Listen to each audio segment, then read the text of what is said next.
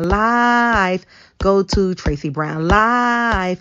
Go to Tracey Brown Live.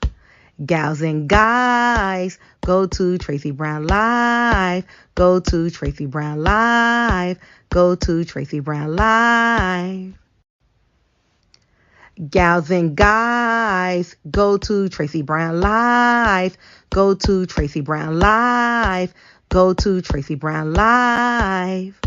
Gals and guys, go to Tracey Brown Live. Go to Tracey Brown Live. Go to Tracey Brown Live.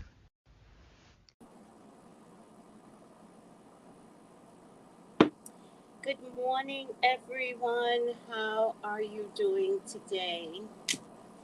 Welcome to Conversations with God, page 53. Let me just make sure that my Bluetooth is on.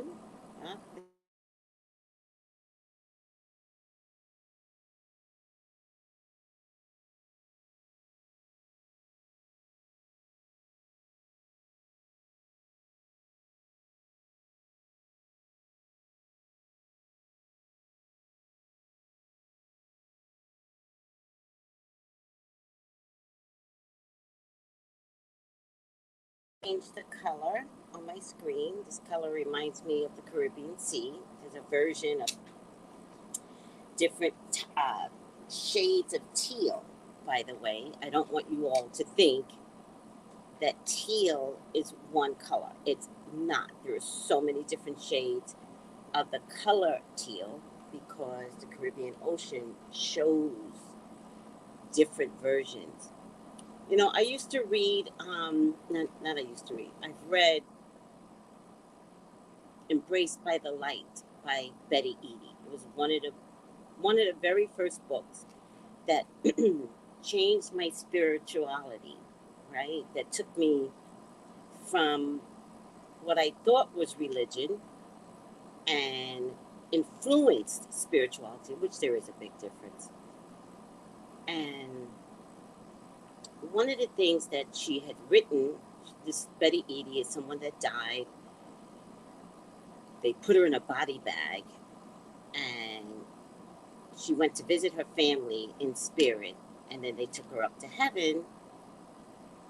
And I think the minute she got to heaven, they were like, yeah, you're not supposed to be here.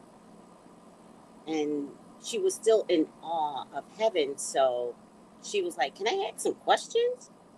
And I believe that that's what she said, that she met with Jesus. She's like, can I ask some questions? And he was like, yeah. But one of the things that she pointed out, and the book is about all the questions that she was able to ask, either God or Jesus. I'm not really sure at this point of remembering. And one of the things that she pointed out in the book is that the colors that we believe and see are colors are so much brighter, so much vibrant. And when she wrote that, it was something in that statement that led me to believe that what we created, what we see, like the human eyes, like we're not looking at things well enough. We kind of see life. No. We kind of see colors with a little bit of tint to it that doesn't let the vibrancy come through.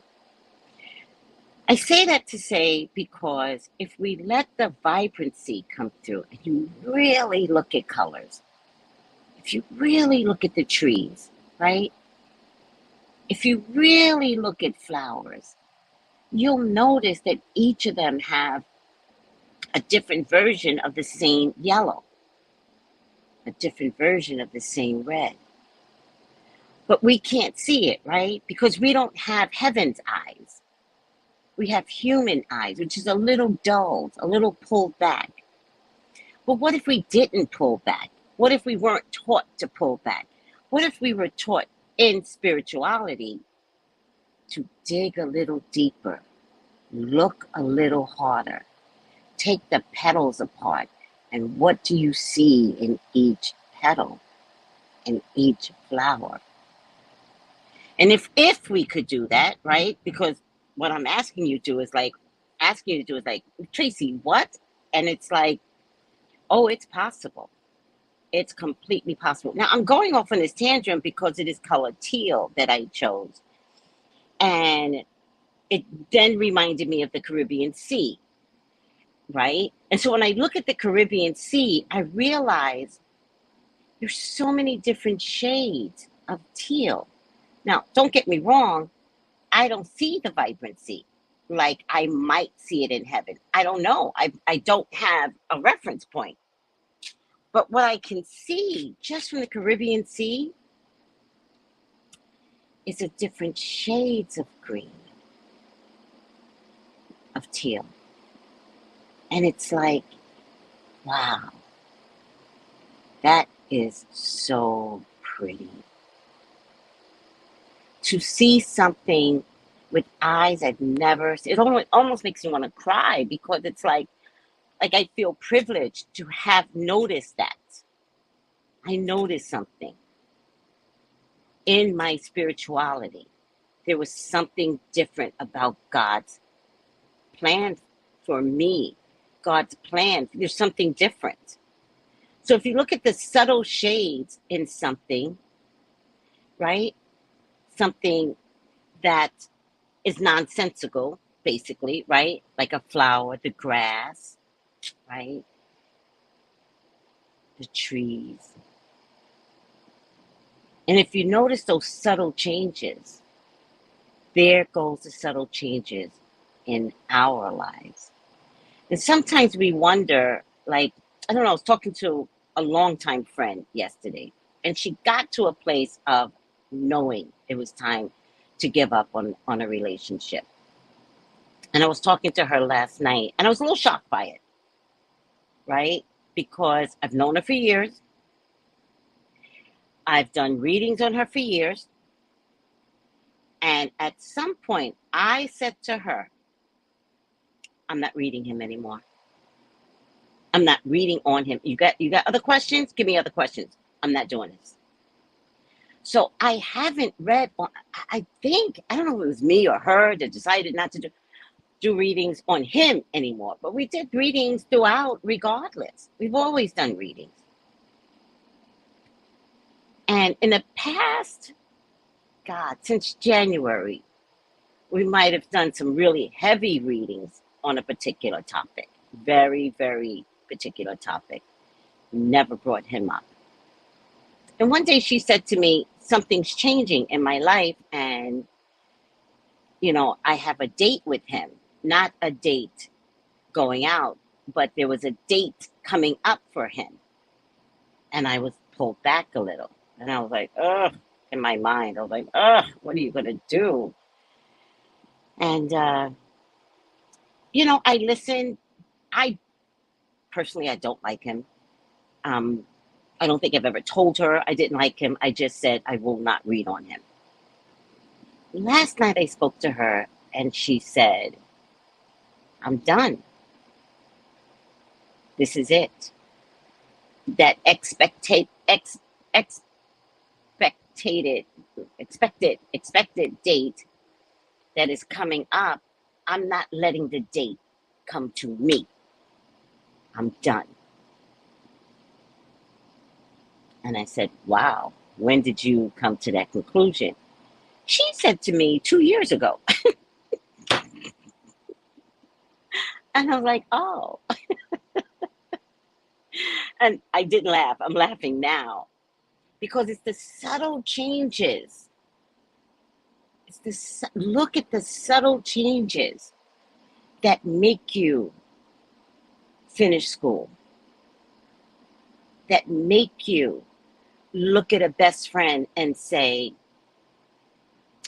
I don't know, something's just not right anymore. That makes you look at a husband, a girlfriend, a wife. And when you finally notice the subtle changes, right? I look at the Caribbean Sea every day. I didn't see these subtle changes. And one day I saw it. And I was like, what the hell? What the hell? How can I see this? How does God allow me to see the different shades of teal. And at that moment, it was beautiful to me. I was like, I feel blessed. And when you see the subtle changes in yourself or in others, don't stop the subtle changes. I can't stop the Caribbean Sea. Allow the changes in yourself, allow the changes in others to progress for the good or for the bad. Just see it. And you will always be the better for it. As painful as some changes can be. Let us pray. Oh my God, I pray that I can have discernment in reading conversations with God.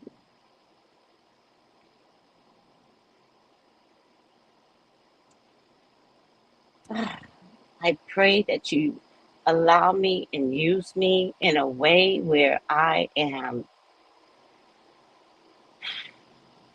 doing your work, God. Like, I always want to remember that I am not here for me. I am not here for my selfishness. I am flawed, but I am perfect in your eyes. I already know that.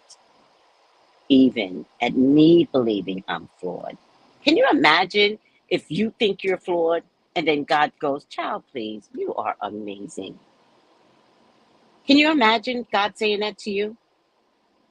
Can you imagine if you cheated and you think you're a bad person because religion says you're a bad person? And God goes, girl, you read the Bible? The Bible's full of cheating. If you're a jealous soul, sometimes people are jealous. They just don't know that they have a jealous soul. But again, subtle changes. It's important to look at things within yourself, let alone within others. And then let's say you figure out that you have a jealous soul. And then you're like, well, I don't want to be jealous. That's kind of ugly. And God goes, girl, please. Do you know how many people in the Bible, like, I brought up jealousy over and over again so you can recognize it. You know what I mean? So imagine if you're flawed, like really flawed. And you go, oh God, I committed, I hate to say this because maybe I shouldn't say it. I'll say it because I have to trust. I committed murder. And God goes, girl, and I will still use you to do something amazing in your life. Now you got to go to jail. But what if that amazing thing is to meet up with somebody in jail? I once had someone in church, I'm not like of the streets, trust and believe. No. And so the pastor's son, which we know is, I don't know about you guys, but in the States, the pastor's son, the pastor's child, you can always tell the pastor's son, the pastor's child, they wild out. They are the baddest kids in the neighborhood, right? They do drugs. They sex up everybody. It's hilarious. And if you're a pastor's child, I apologize. I'm not talking about you. I don't know that you're a pastor's child. It's just a thing that we have with, oh, you're a pastor's child. Oh, yes, ma'am. Yes, ma'am. Pastor's child. So I am not talking about you. Don't take anything personally. I'm just like randomly picking up topics. And this is a true story, though. And I was in my church. Can't remember the church now. It's a Southern Baptist church. Let's say it was called Emmanuel. I don't remember now. It's in Staten Island. That's funny that I don't remember, right? That means I've gone beyond something that I don't need anymore. That's really interesting. When something affects you, you remember every detail. When you get beyond it, you're like, the story's kind of fading now. All right, whatever. And the pastor's son came up to me. This pastor's son barely talks to me. He comes up to me and he hugs me. And I was like, oh my God, haven't seen you in a while. How have you been? He goes, I'm doing fine. He goes, but I'm going on vacation. And stupid me, because I don't understand code in the hood, I was like, enjoy your vacation. Where are you going? And he kind of looked at me like, oh, damn. And he bends down lower and he says, I'm going to jail. And I said, oh, okay. And I said, you're a pastor's son. You might have to go to jail, but there's someone there that needs you. So take everything you've ever learned from your pastor's son and the first lady and bring it into the jail. You might heal yourself, but I can guarantee there's someone that needs you there. So go heal others in jail. All right, I don't know why I brought that up. But I do want discernment, please, God, in reading this book. Also, in this first page here, I just want to read this. It says, no effort is ever wasted. Although some pay dividends later than you think, do not imagine that you wasted your time. Just get this off. Hold on. Because something didn't turn out right. There is no such thing as wasted in the universe. Everything yields benefit. It's true. And your life will show this. So don't decry the effort that failed. All things lead to your highest good. You just may not know it yet. Isn't that beautiful? If anybody wants a reading with me today, 213-458-7408. I do have openings. Let me just make sure.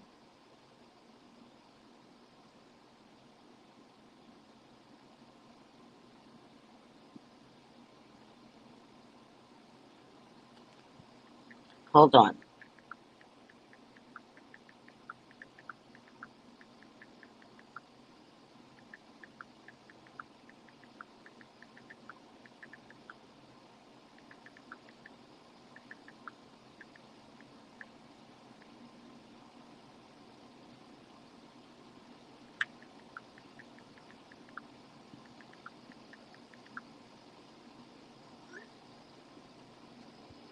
All right.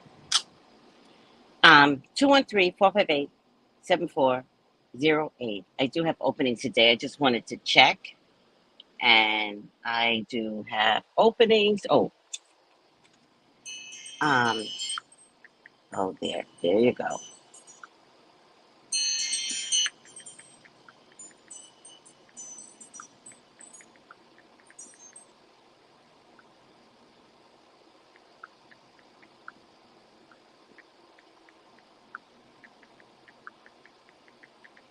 All right, sorry about that, guys. Let me see who is on. Black coffee, no cream. Good morning, Miss Tracy and everyone. Peace and blessings, sweet Carmel. Peace and blessings. Good morning, Miss AC. Hi, Miss Tracy. Can you do a video on how to do a spiritual bath? Ooh, I would love to do that. Oh, by the way, laugh out loud. I dated the pastor's son. How did that turn out for you, sweet Carmel? She's like, child, I dated the pastor's son. I'm going to start putting my spiritual stuff on a different channel. I feel kind of weird, like doing celebrity gossip and spirituality, because the spirituality is so important to me. Like, I want you guys to find it, but the celebrities do so much crap. Like, they do so much dirt that it's drowning out my spiritual stuff. So I told Lamar I was going to create a another channel just for spirituality. So yes, I can do a video on how to do a spiritual bath. Miss AC, do you have my personal number? Can you text me or email me as a reminder, please? All right.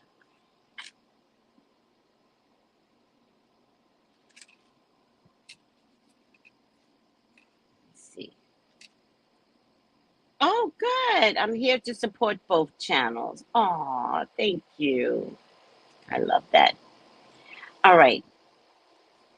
Let me just go. I think I'm on page 53. Forgive me if I'm missing something. I'm just going to take the banner down for now. We don't need the banner up, but there is a banner scrolling down below so you can know what the number is to do a reading, and they're all on FaceTime or Zoom, right? So we're going to begin at 53, midway through, where it says, "Why would I want to deny you or me?"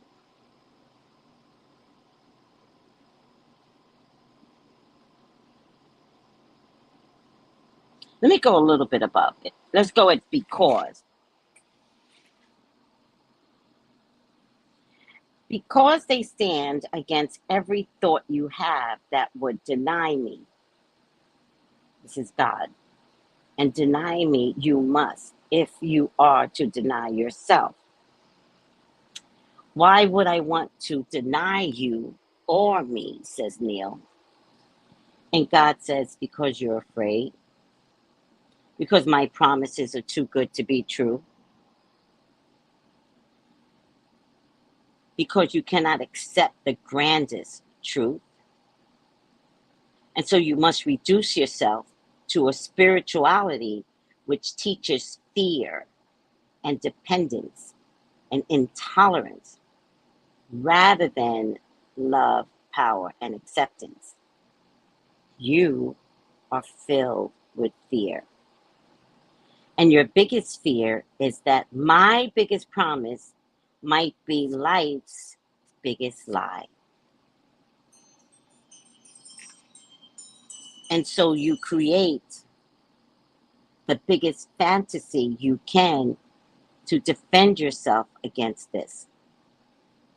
You claim that any promise which gives you the power and guarantees you the love of God must be false promise of the devil. How many of us has been in church and they talk about the devil more than God? How many of us has been in church and they bring up the devil more than God? The devil is a lie. The devil ain't coming in here. The devil, devil, devil. First of all, evil is real. The devil is made up. But if you made the devil a human in your life and you keep calling on that devil, evil will show up. And evil will show up in a form that you would not expect because you kept calling evil in. And when evil shows up, it takes the weakest person and goes into that spirit. That spirit is not you protecting yourself from the devil. That spirit is you having had called the devil in. So we might want to relinquish some of those old time sayings that we've heard in church for years. I mean, I can't remember. The one I remember the most is the devil is a lie.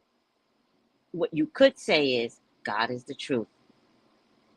See the difference? But it's going to take some training. I once spoke to one of the girls here in the Caribbean.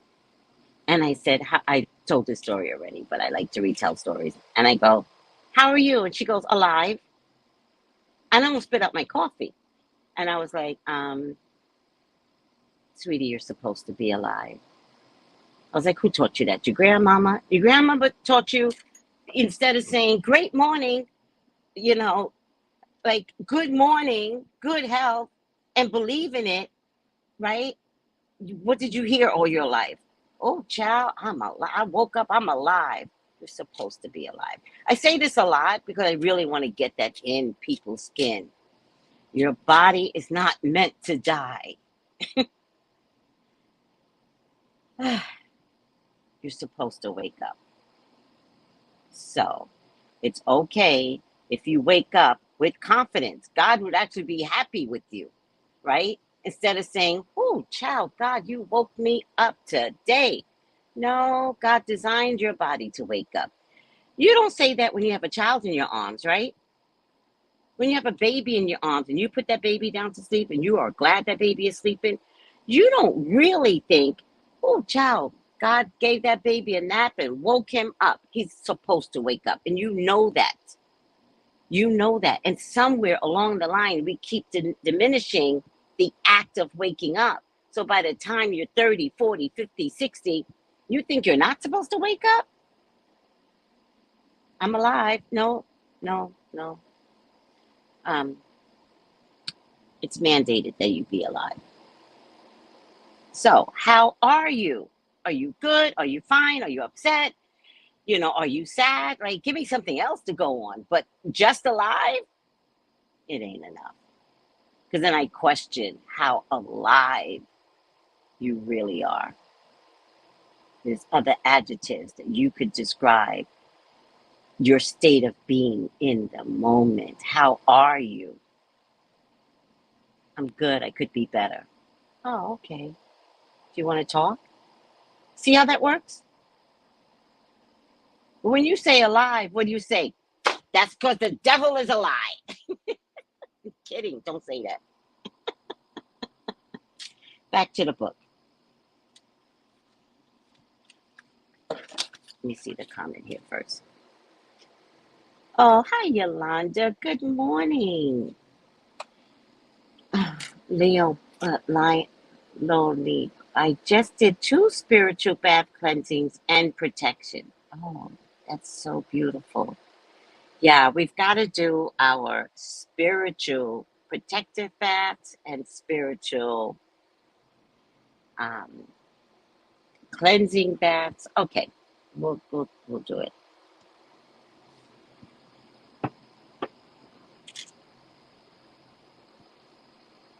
You are filled with fear, and your biggest fear is that my biggest promise might be life's biggest lie. And so you create the biggest fantasy you can to defend yourself against this. You claim that any promise which gives you the power and guarantees you love of God must be the false promise of the devil. God would never make such a promise, you tell yourself.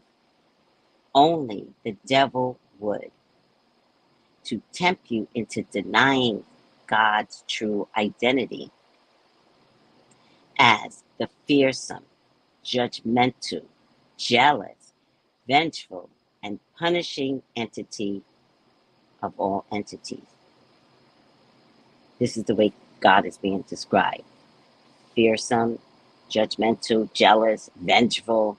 The vengeful part of God still bothers me because I'm like, there's a part of me in my upbringing that believes that God is a vengeful God, and it's taken everything not to believe that.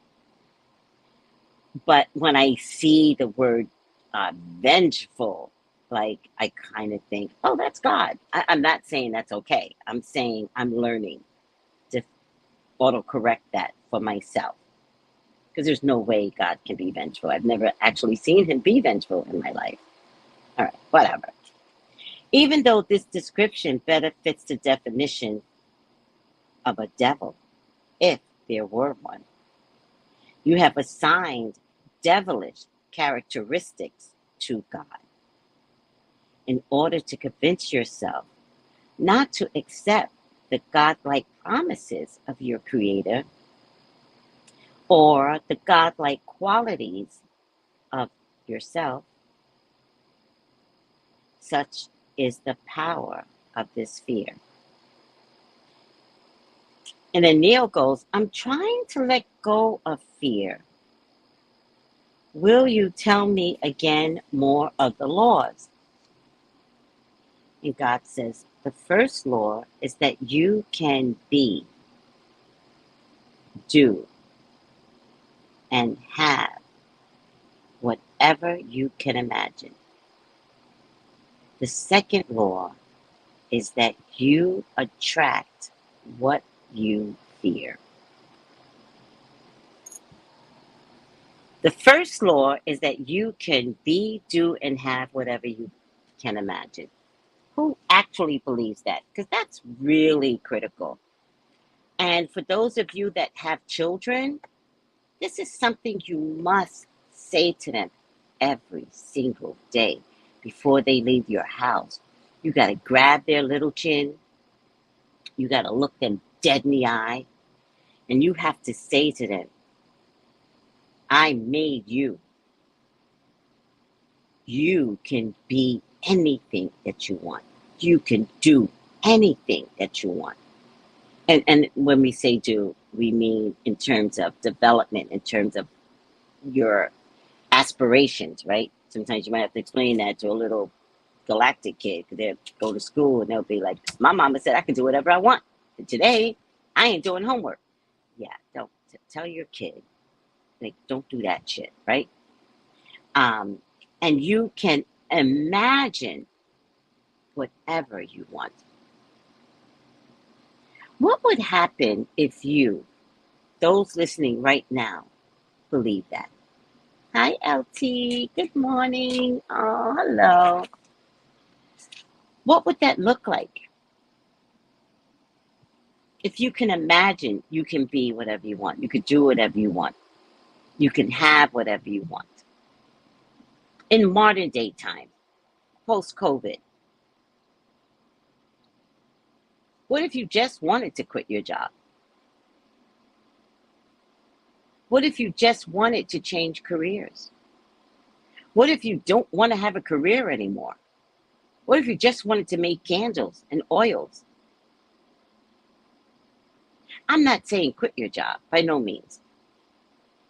I'm saying if you're envisioning something different for yourself, merge the two together and let the latter take over the first part and give yourself some time to get into the first law that you can do whatever you want. You can be whatever you want. You can have whatever you imagine.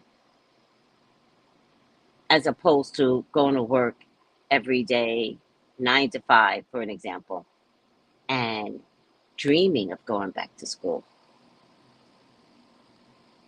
Instead of one day just taking a class. The second law is that you attract what you fear.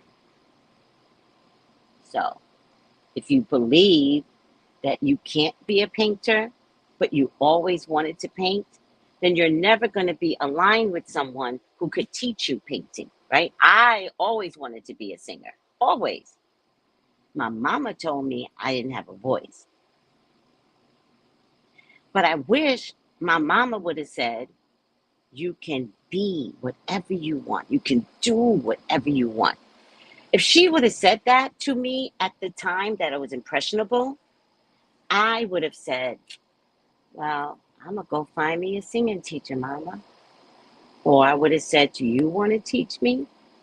Right? But immediately she was like, you are tone deaf. What I realized is that over the years, I'm actually not tone deaf. I've never been toned. So I don't hear well. But I can be trained. That's what I've realized over the years, right? And so at the hotel that I'm working at, there's a guy that sings there. And when he sings, I sing with him. And so in my mind, seriously, I'm at the hotel. I'm working as a hostess, and he starts to sing, and I start to sing with him. And then as I'm working, because I'm a little cuckoo crazy, I envision myself being on stage with him, waving my arms and singing with him. And of course, the thing with my mama has always stuck with me. And then one day he was sitting at the bar. The restaurant has tables and it has a bar where you could sit at, right? So he was sitting at the bar and I was passing him and I got up the guts to say something to him. And I said, one day I'd like to sing with you. And he's like, sing right now. And right away the fear came in, right? The second law is that you attract what you fear, right? Right away the fear came in. And I was like, oh. And there were other people at the bar. And so they're all waiting. And I was like, I can't, I don't know a good song. Because I don't believe I can sing. So I've never studied any song. In fact, I fuck up all the words, right? And so I was like, I don't know a good song. So I think I might have sung Whitney Houston, which is the worst thing you could ever sing, Saving All My Love for You. Just that line. And a guy across from the bar was like, that's good. And he said, your tone is off, which again brought up my mother, right? And so I looked at the guy across and I said, he knows. I was like, but thank you for not hearing what he heard. He can hear. And then he said to me, as God's good grace, he says, I teach singing. And I was like, you do? And he's like, yeah. And I was like, oh, maybe I can come for singing lessons. I'd love to do some singing lessons. And I think I would love to do some singing lessons just because I want to. Just because I don't have the fear anymore. Just because I was strong enough to say to him, I want to sing. I don't think it's about singing with him, singing in public. It's about singing. So the singing's for me. It's about getting over that fear that my mother put inside of me that was like, you can't sing. Now, don't get me wrong. There are other things I did amazing, right? I was an amazing ballet dancer, right? Short, which is why I did not continue on to ballet. I was short. And I was a little stumpy, right? Even being thin for ballet, I still didn't have the body structure that was required back in the day. There was no such thing as Alvin Ailey, right? Alvin Ailey came way after, I was on point. And by the way, I did go to Alvin Ailey, but by the time I got to Alvin Ailey, those girls were amazing. I just felt like I couldn't compete against them. Again, fear. Why am I bringing all of this up? Because you are not allowed to have fear. That you can be, do, and have whatever you imagine, right? It doesn't have to be on a big scale, right? Right? It doesn't have to be on a big scale, but you could still have whatever you want. All right? All right.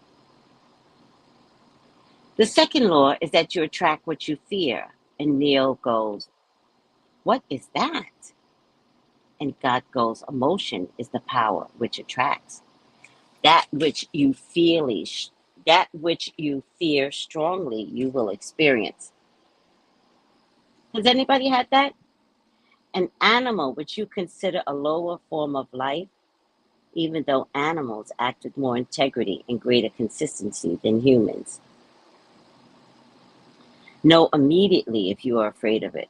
Plants, which you consider an even lower form of life, responds to people who love them far better than those who couldn't care less. None of this is by coincidence. There's no coincidence in the universe, only a grand design, an incredible snowflake. Emotion is the energy in motion. When you move energy, you create effect. If you move energy enough, you create matter. Matter is energy conglomerated, moved around, shoved together. If you manipulate energy long enough in a certain way, you get matter. Every master understands this law. It is the alchemy of the universe. It is the secret of all life. Thought is pure energy. Every thought you have ever had, ever will have, is creative. The energy of your thought never, ever dies, ever. It leaves your being and heads out into the universe extending forever. A thought is forever. See, like my mama telling me I couldn't sing. All thoughts congeal. All thoughts meet other thoughts, crisscrossing into an incredible maze of energy, forming an ever-changing pattern of unspeakable beauty and unbelievable complexity. Like energy attracts like energy, forming, to use simple words, clumps of energy of like kind. When enough similar energy clumps crisscross each other, run into each other, they stick to each other. To use another simple term, it takes an incomprehensible, huge amount of similar energy sticking together to form matter. But matter will form out of pure energy. In fact, that is the only way it can form. Once energy becomes matter, it remains matter for a long time unless its construction is disrupted by an opposing or similar form of energy. This dissimilar energy acts upon matter, actually dismembers the matter, releasing the raw energy rebel of a person. And you ask yourself, what the hell is this person doing a part of this system in this job, disrupting everything? Because this is a person that doesn't conform. I once had a dog. His name was Bones. And Bones fit into the family perfectly. I was quiet in my home. My son was developed to be quiet, like literally developed to be quiet. And Bones conformed to the household perfectly. So the three of us would sit in the house watching TV. At some point, my son had his computer, being on his computer. And we would be, and Bones would be sitting on my lap, on my son's lap, and he just conformed to the atmosphere of the house. The home was peaceful, right? So I thought, right? And 5 years later, we get another dog. And this dog, she was a female dog. So I had a male cat, also, not a problem, a male dog, my son, male, and myself. And we all lived cohesively in quietude. I thought it was amazing to live that way. Until I brought a girl dog, Pomeranian, in my house. Both dogs were Pomeranian, but this one was a girl dog. And she shook up the house. I mean, shook it up. She did not like the energy. She came in and disrupted our lives. And you know what I thought about it? You know what I thought about? I thought, wait a second. Why would God give me her? Why would God give me something the opposite of what I had already created in my life?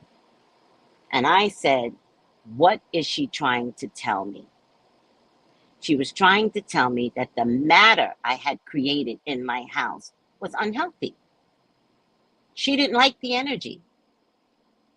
That this discipline I had created was fucked up. I didn't know this. But in hindsight, I began to realize maybe I never gave my son the opportunity to be a rebel. He would rebel in school. He would never rebel at home. But I think the dog was trying to tell me, you're not looking at things well. Right? And then I realized, oh, she's talking about my son. That maybe when he walked in my house, he became a different person. But when he was out with his friends, he was vibrant and, vivacious and, the funniest dude ever. And then he would come into my house and zoom, conform to what I had disciplined him to be. And the dog picked up on it. And that's a lot. Oh, child, to understand that a dog can give you a message, that's the message that I got. And soon after that, my son began to rebel in the house, kind of like preparing me. Like, girl, he can't stay this way forever. He's now going to show you how vivacious and funny, and he's not going to want to be under your thumb anymore. And that was hard to understand. That was hard to hear. That was hard to take on. But I still had to figure out that there was a lesson being learned through a dog, breaking up the chi, the matter, right? Like energy attracts like energy, forming, to use simple words, clumps of energy of this kind. When energy similar clumps crisscross each other, run into each other, they stick to each other. To use another simple term, it takes an incomprehensible, huge amount of similar energy sticking together just need to form matter. But matter will form out of pure energy. In fact, that is the only way it can form. Once energy becomes matter, it becomes matter for a very long time, unless its construction is disrupted by an opposing or similar form of energy. This similar energy acting upon matter actually dismembers the matter, releasing raw energy of which it was composed. So it is our job to look at what we have allowed into our lives and in a form of energy. So I say that to say we all tend to date the same people in different dresses, different pants. I'm going to say shorts because it keep it PC. We all tend to date the same people in different shorts. So then if that's the case, we have to go back and we have to see where in our parental, maternal lives did we pick up that same energy, right? If you date someone that's a drunk, where in your life is there a drunk? Now, I knew better not to date a drunk because drinking is in my family and it's very hurtful when people drink. It's very, very hurtful. The person that's drinking doesn't see how hurtful they can be, but the people around them see it. And so I never dated a drunk until one day I was in my 50s and I dated a drunk that was sneaky, meaning he hid it from me. And I said to God, how did that happen? Right? Because I had forgotten the energy. I had wanted a man so badly that I had forgotten the energy from whence drunkenness came from. And so one day I went in his refrigerator and there was all these beer bottles. But he never showed me that he was a drunk. But why do you have all these beer bottles? So I said to him, I was like, you drink, I was confused. You drink beer or whatever. And he's like, yeah, every time I come home. That's a bad sign. He doesn't know this, right? But I'm a counselor, so there were things that I studied. And I was like, oh, shit, he doesn't know that he's a drunk. Then he said to me, he finally confessed to telling me a story, and he goes, I was pulled over for a DUI a few years back. And I'm like, that doesn't surprise me, to myself. I didn't say it to him because of all the beer bottles you have in your refrigerator, right? And I'm like, well, a DUI can last almost 10 years. Because in California, at least, they make you do things so that you never drink again. And everything they make you do, they make you pay for. So you're like out of $10,000 by the time that you finish a program of DUI, right? And so I said, are you under a program? Like, And he goes, no. He said, I actually sued them because when he got pulled over, he breathed into the breathalyzer. The officer looked at the breathalyzer and said it didn't register. And so the officer said to him, breathe into it again. But the first time you breathe into it, it does register. If it's under, that's your legal limit. There's no such thing as a broken breathalyzer. So once you breathe into a breathalyzer once, you never breathe into it again. At that stage, you say to the officer, take a blood test. But I don't care how scared you are. I don't care how much you want to get home. Do not breathe into a breathalyzer a second time. The first time it does register. It may not register over the limit. I think the limit is 0.8. If it registers at 0.4, you are not drunk. He breathes into it again because there was a register. When he breathed into it again, it went over the legal limit. So, if I remember the story correctly, he wound up getting a lawyer, but I think he was mandated to AA classes, and that was it. So what he learned from that was he didn't learn not to drink anymore, because that would have been a better lesson.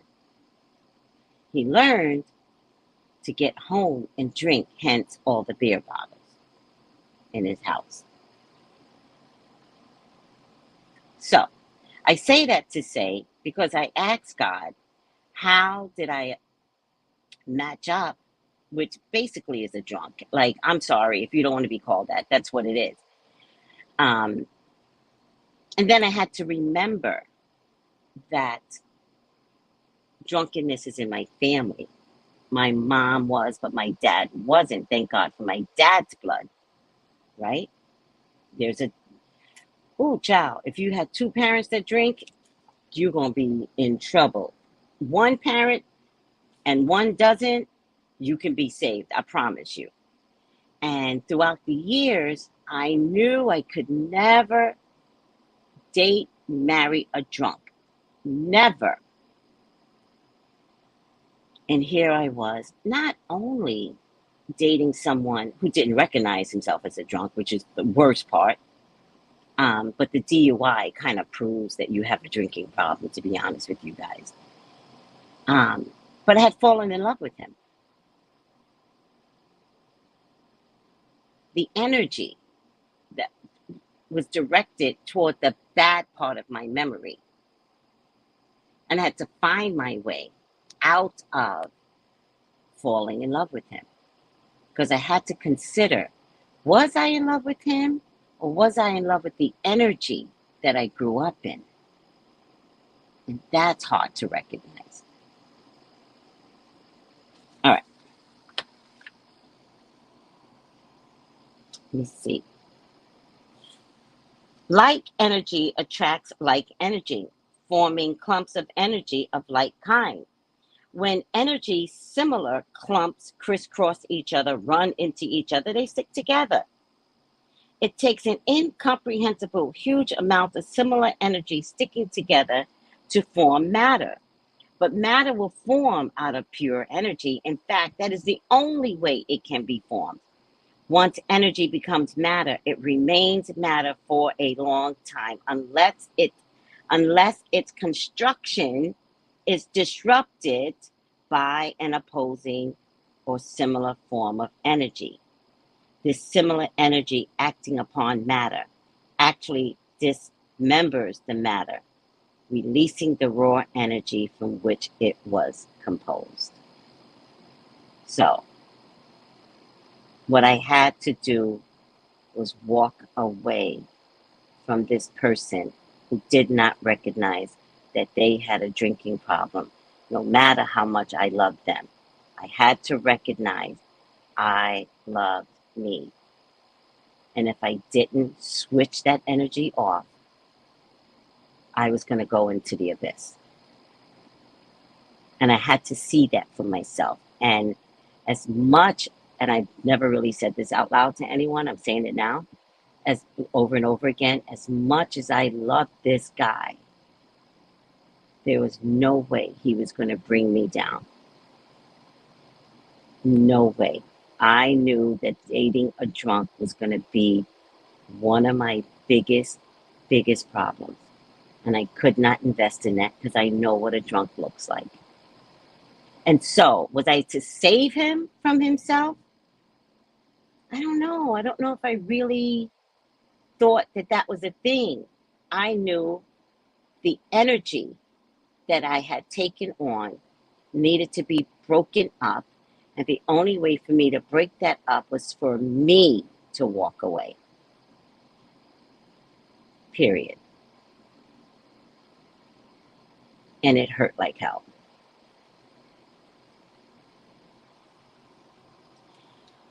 This is elementary terms, the theory behind your atomic bomb. Einstein came closer than any other human before or since to discovering, explaining, and functionizing the creative secret of the universe. You should know now, better understand how people of like mind can work together to create a favored reality. The phrase, whenever two or more are gathered in my name, becomes much more meaningful. Of course, when entire societies think a certain way, very often astonishing things happen. Not all of them necessarily desirable. For instance, a society living in fear very often actually inevitably produces in form that which it fears most. Similarly, large communities or congregations often find miracle producing power in combined thinking, or what some people call common prayer. And it must be made clear that even individuals, if their thought, prayer, hope, wish, dream, fear is amazingly strong, can in and of themselves produce such results. Jesus did this regularly.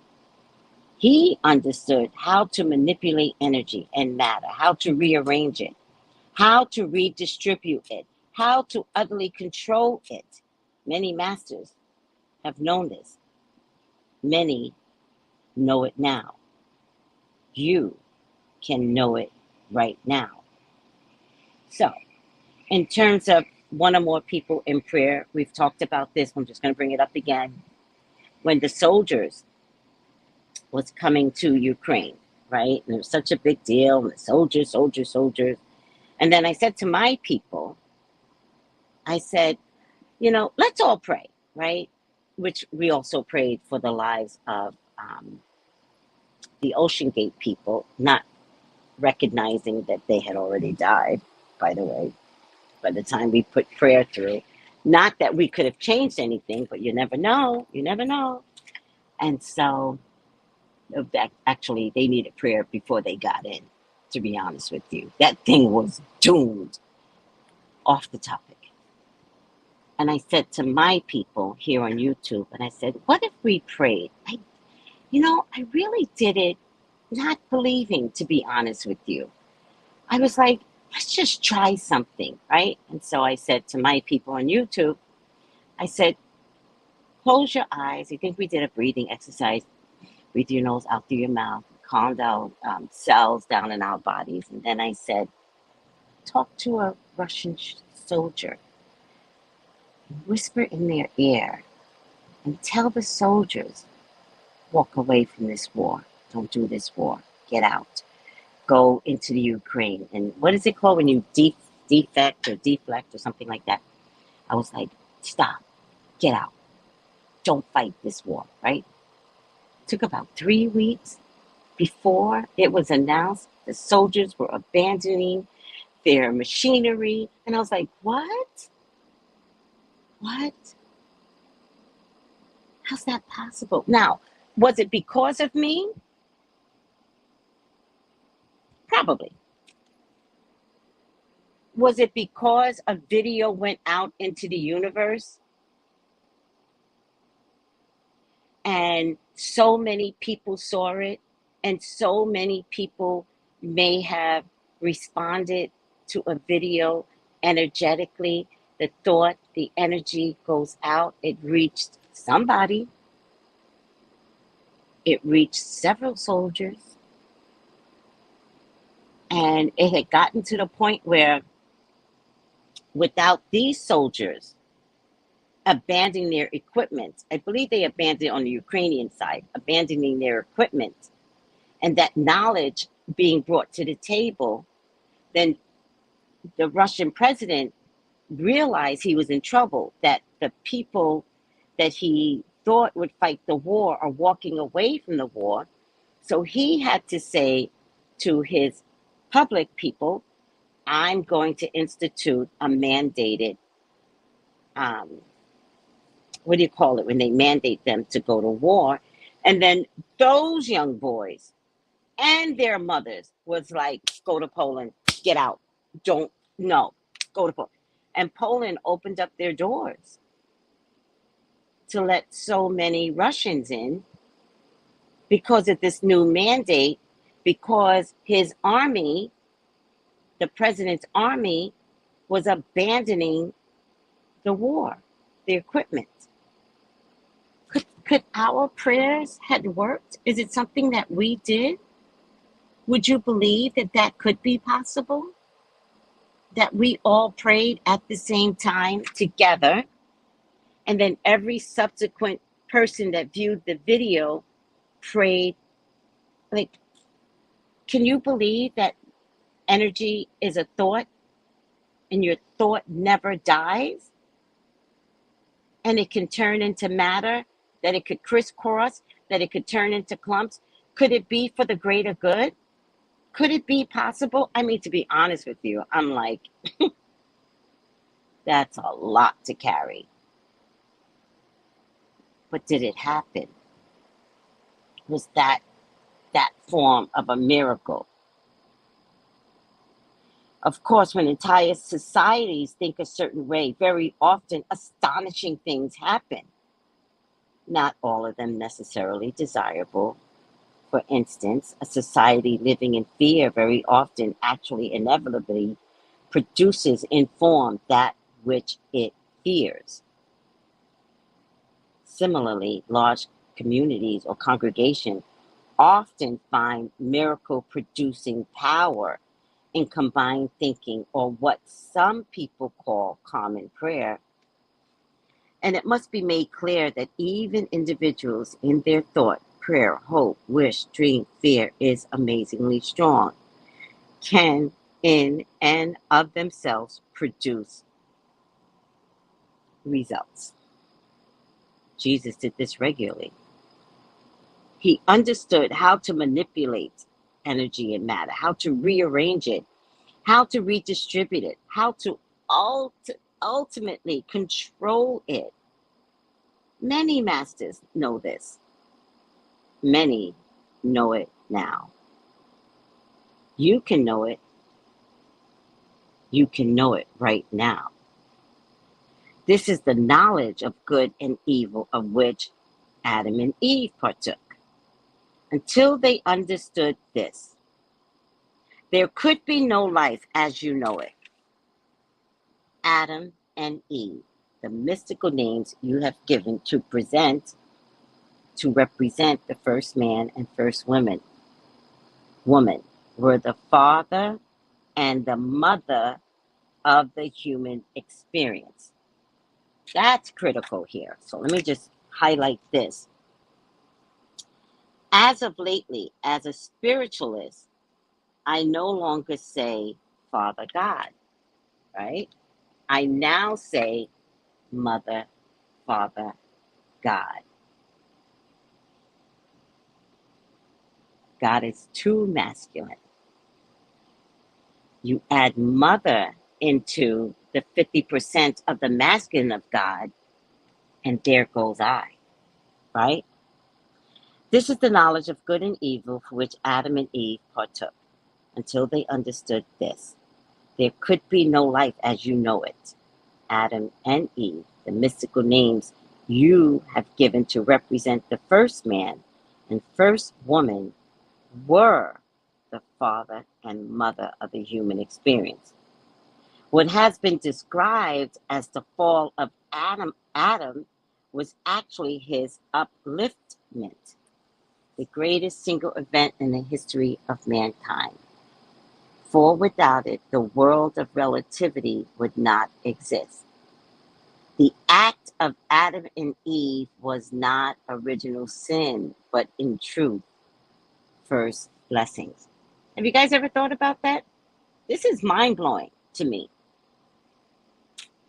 This is mind-blowing that something that has been described all our lives as the worst thing that could ever happen, even though creativity and human experience came out of the worst thing that could ever happen, the way it's been described to me in church, is actually God's first blessing. Can you understand why? God said you should thank them from the, oh, wow, oh my God, I want to cry again.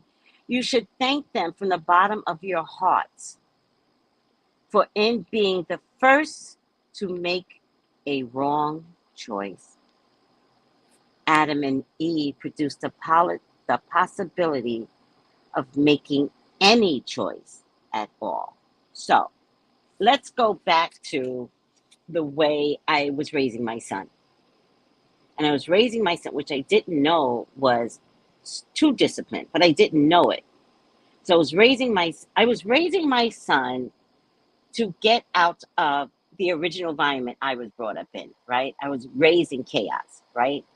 And so I was raising my son to not recreate chaos, right? But I didn't know you had to bring chaos in. You had to bring the crazy in, right? I didn't know that, right? That it's okay that chaos shows up. So I made sure chaos didn't show up. So I kept my house zen. But zen was not a word back in the day. And so if I go by what is being said in the book, which I've often thought about, but it didn't make sense what I was thinking, Adam and Eve in the Garden of Eden was a very protective zone, right? They had everything they needed, everything they wanted, never wanted for anything. They make a big deal about them being naked, but clothing was not the thing back in the day, right? Why wouldn't naked be a thing, right? And so to live in an environment where you have everything, can you guys see is boring? Where you don't want for anything, right? If you want water, you have water. If you want food, you have food, right? Can you imagine living in a life where you wish it and it's there for you in your refrigerator? Think about it. It might sound fascinating right now, but I once saw a Twilight episode. If I can find it, I'm gonna give you guys the video. I once saw a Twilight episode where this guy enters, like it was like an apartment or a hotel room, and everything was white and crisp and clean. And the guy had just died, and he knew he died. And the butler opened the door for him, and he goes, "Oh man," he was like Italian, like type of guy. "Oh man, this is good. This is heaven, man. I love this. Love this. Look at this, all crisp and white and clean." And the butler says, "Can I get you anything?" And he's like, "Well, you know, it's heaven, so I don't know what I can have. What can you have in heaven?" And the butler goes, "Anything." And he looks at the butler and he goes, "Anything?" And the butler goes, "Anything." And the guy goes, "Give me a martini." Boom. He had the martini there by magic. The butler presents him with the martini. And then he starts to think, man, if I knew this was heaven, I would have been here a long time ago. And he goes, "Bring me this, bring me that." And the butler brought everything he wanted. And then he got like greedy. And he says, bring me women, bring me this, bring me that. Nothing was denied him, to the point where he got bored. And he looks at the butler, and the butler goes, I can't believe this is heaven. This is awful. How could this be heaven? And the butler goes, I'm sorry, sir, you're not in heaven. You're in hell. But So that brings me back, which is I have to tell you, this is like mind opening right now, where God says, what has been described as the fall of Adam was actually his upliftment, the greatest single event in history of mankind. For without it, the world of relativity would not exist. The act of Adam and Eve was not original sin. Damn, that is deep. Every pastor I've ever known has called it original sin, but in truth was first blessing. You should thank them from the bottom of your hearts, for in being the first to make a wrong choice, Adam and Eve produce the possibility of making any choice at all. Wow. Wow. That the act of making a choice in such a beautiful environment became the very thing that Adam and Eve needed. Side note, this is just my theory. Side note, we live in a, misogynist environment. Side note, it was Adam that had the affair with the snake, not Eve. Side note, I promise you. To this day, as by choice, so many years later, Jesus being born and you being here today, for the most part, a man will be deterred. For the most part, a man will be deterred first, not a woman. They switched the story up to make the woman look bad, like we've been looking bad since Eve, since the beginning of time. It would have never been Eve. It would have only had to have been Adam. And when they wrote the story, they made sure the man looked good. He was the victim. I call bullshit. That's religion. That is not spirituality. This is spirituality. The act of Adam and Eve was not original sin, but in truth, first blessing. You should thank them from the bottom of your hearts for in being the first to make a wrong choice. Adam and Eve produced the possibility of making any choice at all. That's deep. Do you guys get that? Is anything I'm saying a little hard to hear right now? Because it's okay. It's okay. This is new learning for me too. In your mythology, you have made Eve the bad one here. Oh my God. Okay, hold on a second. I didn't read. I'm starting to choke. If God agrees with me, I'm throwing this book. In your mythology, you have made Eve the bad one here, the temptress who ate of the fruit, the knowledge of good and evil. The coiling invited Adam to join her. The mythological setup has allowed you to make woman, man's downfall ever since. I just said that. And let me tell you something. I do not read this stuff in advance. Hold on a second. I trust what I'm reading in the moment is what I'm reading in a moment. I do not prep for this. One, but in the past, all of my people that have known me and have followed me for years, I have said this before. It was not Eve. It was Adam. The way this world is set up today,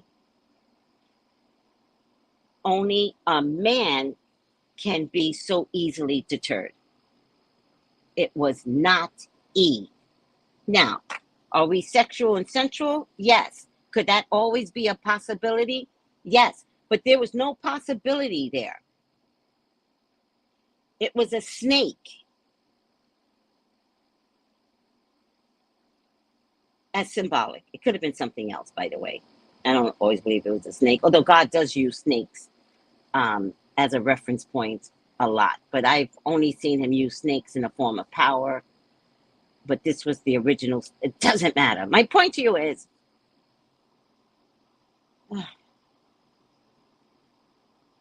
by way of its first writings, immediately they made Adam the victim. And we as women have always suffered. Like one of my clients said to me, side note, she said she was talking with her boyfriend or whatever. And one day he said to her, "Are you doing magic on me?" Right? And she got upset, which I'm really glad she got upset. And I'm like, wait, why does he think he's so important that you would do magic on him? How does he feel that he has that much importance that you would take good money, good herbs, and all that other stuff and do magic on him so you could keep him? Magic doesn't work that way, people. We've talked about this. It doesn't work that way. Magic works, but by the very free will of someone, you cannot perform magic on them. Now, some people think magic is feeding something for someone. That's not magic. If you have to feed something to someone, you're just an evil person. But if you're doing magic, remember we talked about energy and bringing energy to you and a thought. So if you're going to do magic, do it on money. Do it on love coming to you, not love between you and another, because that type of magic is a repellent, and you will always lose the guy. You will always lose the woman, because there's something in that reminds the person that they have free will. And I promise you, they will always exercise their free will. If your fear of losing someone is causing you to do magic, then you need to get out the game, because it's fear. And you can't recognize in your own fear that God will bring you your correct partner. So you gotta let people go. But if you're gonna do magic, do it because you want the flow of money to come through.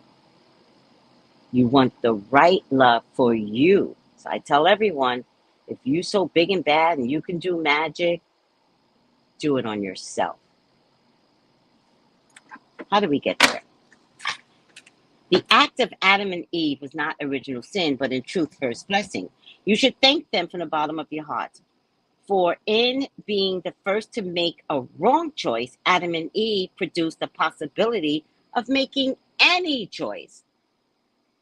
Imagine if the snake had never shown up to Adam, and these two lived in an abyss.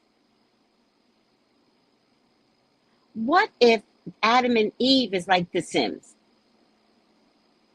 and living in a world where sexuality wasn't a thing because they didn't have to recognize it? So the both of them are just enjoying the trees, the plants, maybe separately going to different parts of this contained Garden of Eden, maybe coming back together at night, maybe venturing out together, to look at a tree. How boring do you think that would have been? Especially if they didn't recognize sexuality. Sex. Say it. Sex. that maybe in making this choice was an awakening. And maybe that's what God wanted. So maybe God sent in the snake. I'm sorry, did you never think that God sent in the snake? Why wouldn't God send in the snake? Can you imagine, like The Sims? God is watching these two and he's going, something's off. So, Adam, Eve, you guys, you got to do better. Because back in the day, he could talk to them, right? Adam, get together. And they're like, we are together, Lord. We are doing what you have designed us to do. And God is like, what the fuck? What did I do wrong? Something's not right. So now he's got to send something in to break up what? Energy, chi, matter. And he sends in the snake. And can you imagine God just sending you say, no, he says to the snake, listen, something's wrong down here. I don't know what's wrong. Go find out what's wrong. Seduce Adam.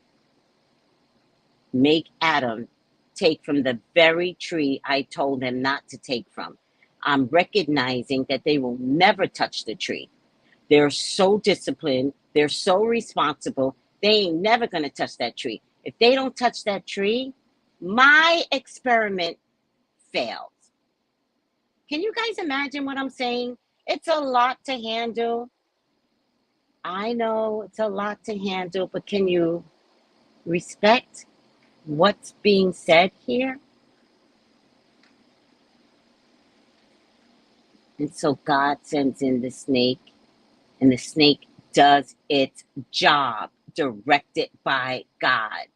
So when a woman comes in between you and your relationship, or a man comes in between you and your relationship, do you think that that person has not been directed by God? Y'all want to call it the devil? All of it can't be the devil. What if it's God? Because something's wrong in this relationship. You know how many times? Okay, breathe, Tracy. I'm trying to breathe.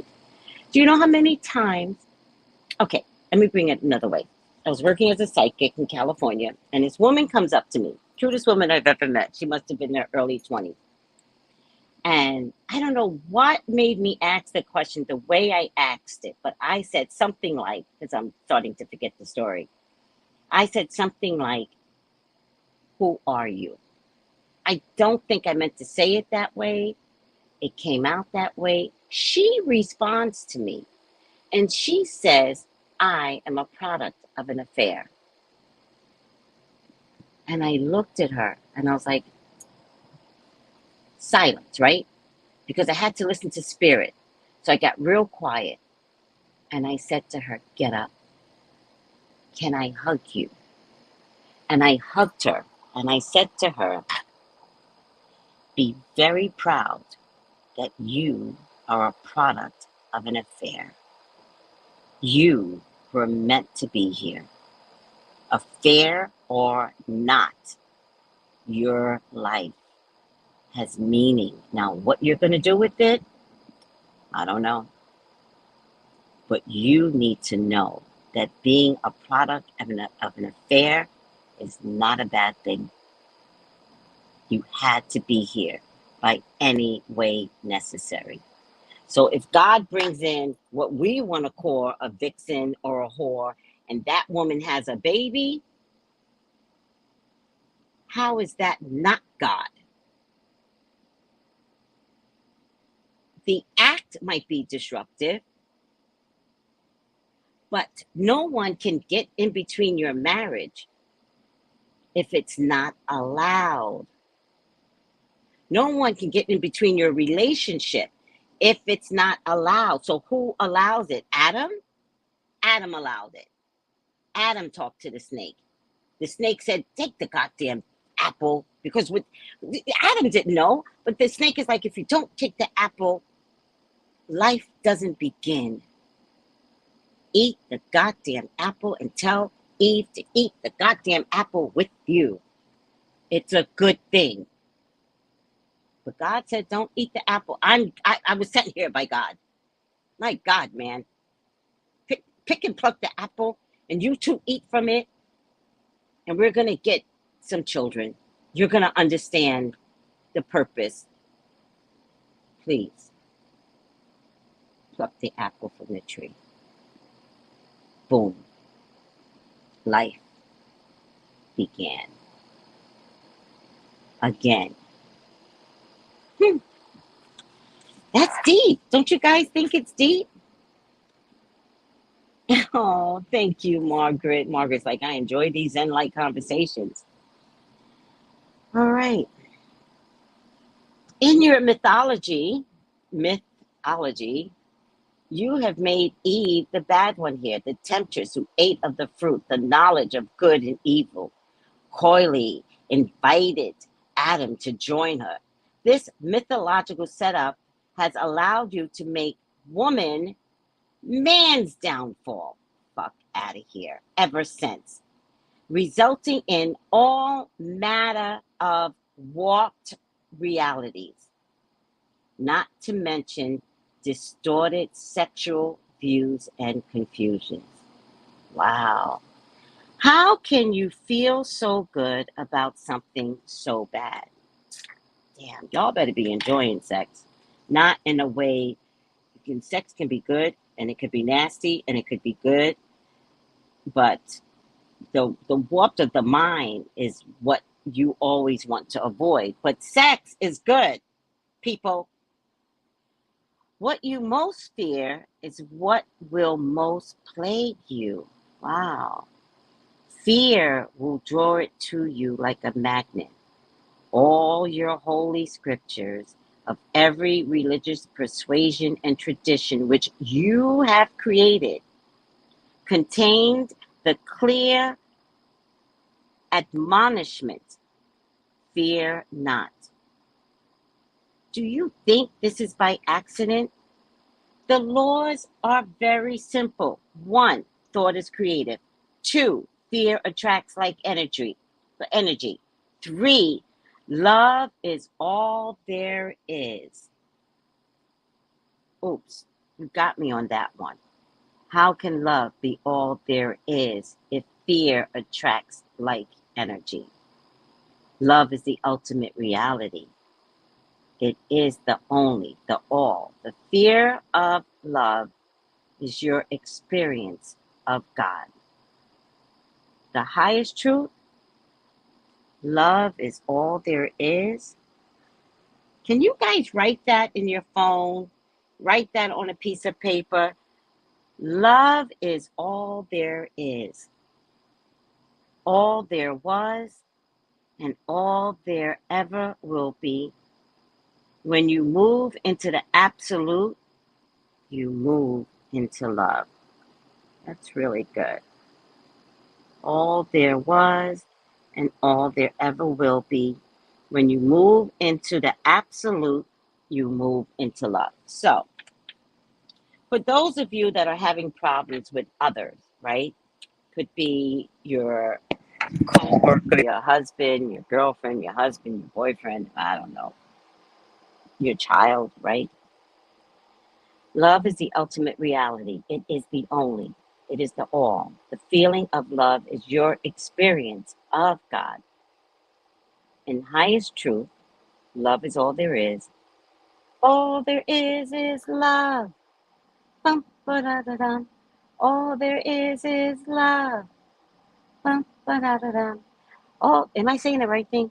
All there is love. Love. Love is all there is. Love is all there is. Listen, that song. Listen to that song. The Bee Gees, right? No, wait. Those guys had some profound shit about them. All there is love. Bum, ba-da-da-dum. All there is love. All there is love. Love. Love is all there is. Love is all there is. Oh, I'm being brought to tears again. Love is the ultimate reality. It is the only. the feelings of love is your experience of God. In the highest truth, love is all there is, all there was, all there will ever be. When you move into the absolute, you move into love. So I learned something the other day. I'm not going to bring it up today, but I learned something the other day, and I've been finding it hard to move into this space that I need to get into. And so I think God is saying to me again, you have to do what you have to do. And I'm resisting it. And I know I'm resisting it at this point. So I'm not going to bring it up today. I've got to do what I energetically need to do. And then when I'm on the other side, I will tell you the experience. Okay? But if you are having any issues and you put love before the issue, you free yourself. When I was married years ago, I was forced to leave my husband. And I said to God, I'm leaving him because I love him. I didn't know that was a thing. I didn't know I was all Zen and shit. I didn't know. I was in my 20s or early, no, 20s. And I said, I'm leaving because I love him. And I said to God, if he's meant to be mine, it will come around again. Well, he wasn't meant to be mine. He found somebody else, got married, had a baby 20 years later, over 20 years, right? But I was okay with that answer because I had released him with all the love I had inside of me. I was okay for me to go find, and I have to tell you, I didn't know that divorcing him, I didn't know I was in a containment. And so I left him to go find my psychic self. But I didn't know I was becoming a psychic. But I know now that if I would have stayed with him, I couldn't become psychic. I was in containment, right? The Garden of Eden, wanting for nothing, yet not having the freedom of expression to be myself. And I would have never found myself if I would have stayed married. I didn't know why God was like, get a divorce. I just know I was obedient to spirit. I knew he wasn't mine anymore. And I trusted God. And I was like, if he's meant to be mine, bring him back around. He was never meant to be mine. He only came along to give me my son, and off in the wilderness, my son and I went. And it was an amazing life. Different, but nothing that I can't say I didn't enjoy. I enjoyed post-divorce. It was I enjoyed post-divorce. I mean, enjoyed it. John Lennon, and Paul McCartney. Listen to that song. That should be your mantra for the whole week. And listen to the song, and if there's something that needs to be fixed with others, move into the absolute. You move into love. So if there's a coworker that is grappling at your throat and you want to kill them, or they're trying to kill you, give them love. That's energy. She or he has to change. I promise you. Give them love. That means don't be like, get on my nerves. Why did she come to work today? I thought she was sick, right?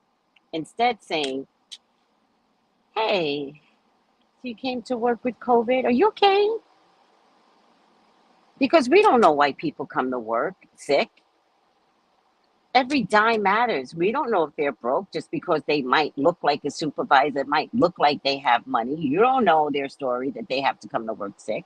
My point to you is, it could be your relationship, move into love. It doesn't mean that you get to keep this relationship. It means that you get to produce love in between this relationship. And if you put love in between the relationship, love comes back to you, goes to them. And if it means you guys can't stay together, let the energy of love decide that.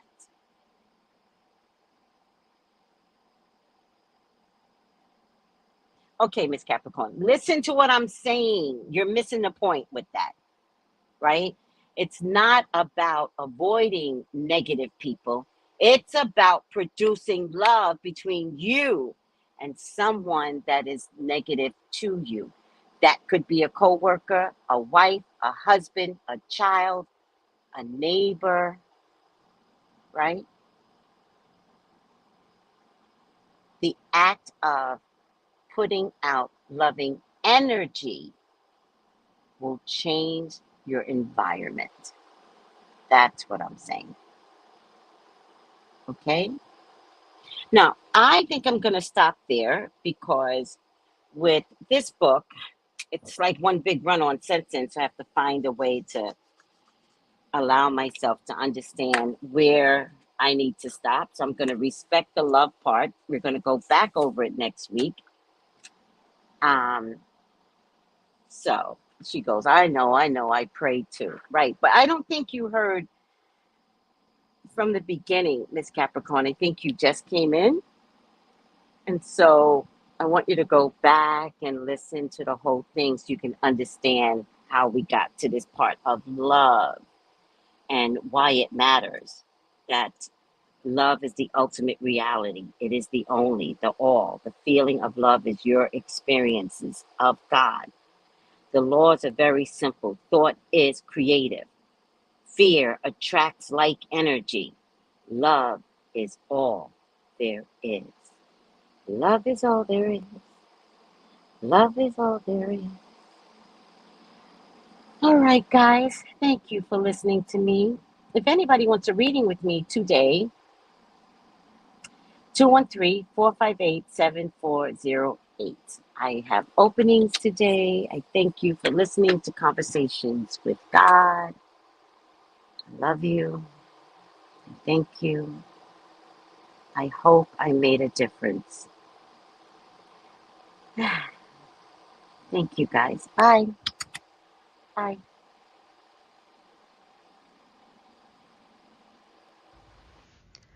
Gals and guys, go to Tracey Brown Live. Go to Tracey Brown Live. Go to Tracey Brown Live. Gals and guys, go to Tracey Brown Live. Go to Tracey Brown Live. Go to Tracey Brown Live. Gals and guys, go to Tracey Brown Live. Go to Tracey Brown Live. Go to Tracey Brown Live. Gals and guys, go to Tracey Brown